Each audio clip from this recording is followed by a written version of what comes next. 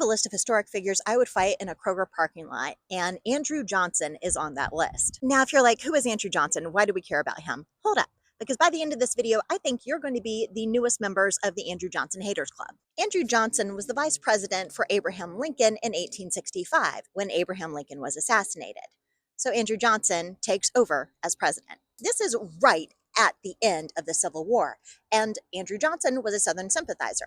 In order to ingratiate himself with these plantation owners, he rescinds something called Special Field Order 15, better known as 40 acres and a mule. Yes, the same 40 acres and a mule that Kendrick Lamar referenced during his Super Bowl halftime performance last year. 40 acres and a mule. This is bigger than the music. 40 acres and a mule, Special Field Order 15, was something that was discussed and signed off on here in this house, the Green Meldrum home in Savannah, Georgia. What it did is it took all this land that had been seized from plantations starting in Charleston, South Carolina, down to the St. Johns River in Florida, and divided them up into 40-acre lots. People who had been enslaved were given these lots so that they could have a home and use them to create farms or ranches or basically whatever they wanted to do.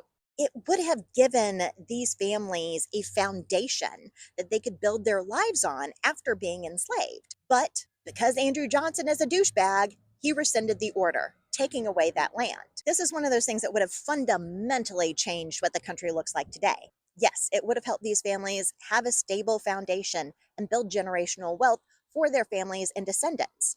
It also would have helped the South and the country recover faster after the Civil War. There are so many people that would be so much better off today if Andrew Johnson had just left Special Field Order 15 in place. Yes, on my list of historic figures I would fight in a Kroger parking lot, Andrew Johnson is on that list. Now I hope he's on yours too.